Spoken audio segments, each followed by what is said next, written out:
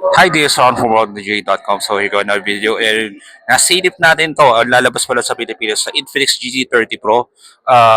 Actually, na-hint na to sa kanilang Facebook page. And nakita natin to instant sa ongoing na MPLP Season 15 playoffs.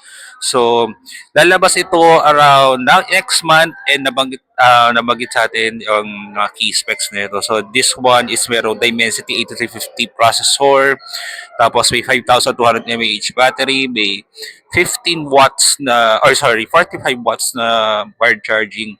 And yung kanyang isa sa mga upgrades ng phone na ito is meron Dimensity 8350 Max or Ultimate processor on this one. So, which almost double yung kanyang processing speed compare sa previous phone na GT20 Pro.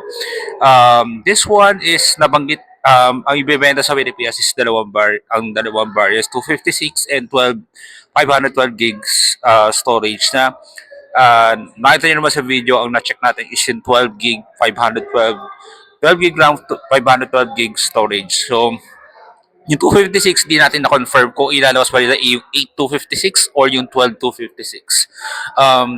Ang pinagkaiba rin pala nito kumpara sa GT20 Pro is meron siyang shoulder triggers na hindi physical so sakto siya sa FPS games. And nabanggit nila na since kadalasan kasi mga shoulder triggers is bagay na siya sa FPS shooters at di bagay sa Mobile Legends, which dito tayo sa MPL. So, pwede naman daw i-customize. So, tingnan natin na this one, it can shoot 4K 60 FPS.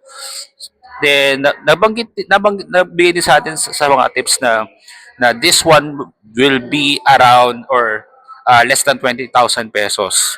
20, around or at least less than 10 or less than 20,000 pesos to lalabas this June. And maganda yung kanyang mga camera. And isa pa palang dagdag feature nga pala dito is meron nga pala itong bag safe na air cooler na di lang natin ma-confirm sa atin sa ngayon kung ito ay magiging pre-order offer or magiging kasama siya as freebie every time na bibili kayo nito.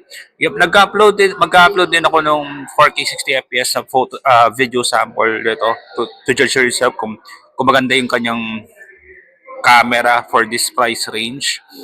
And meron nga pa itong um, meron din itong dual 108 plus 8 megapixel main cameras and 13 megapixel selfie camera. So that's it.